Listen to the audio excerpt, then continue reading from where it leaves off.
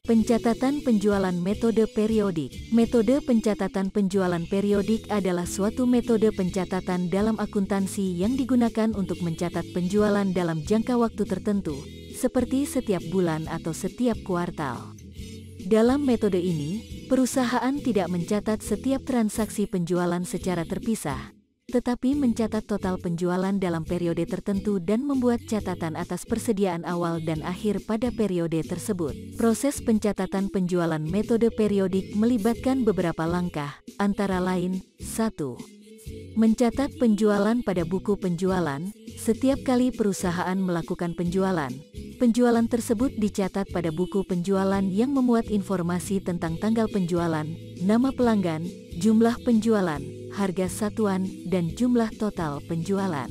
2. Menghitung persediaan awal. Sebelum periode penjualan dimulai, perusahaan menghitung jumlah persediaan awal yang masih ada dari periode sebelumnya. Jumlah persediaan awal ini dicatat dalam buku persediaan.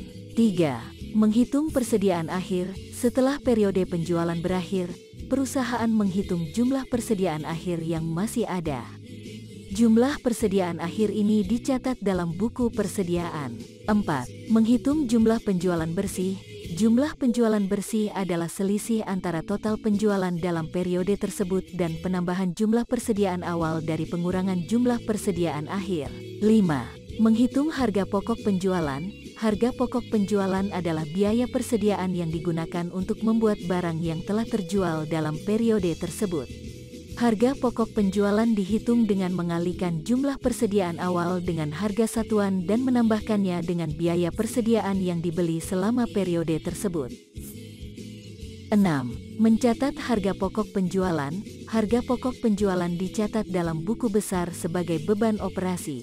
7. Mencatat pendapatan penjualan. Pendapatan penjualan adalah jumlah penjualan bersih dikalikan dengan harga satuan.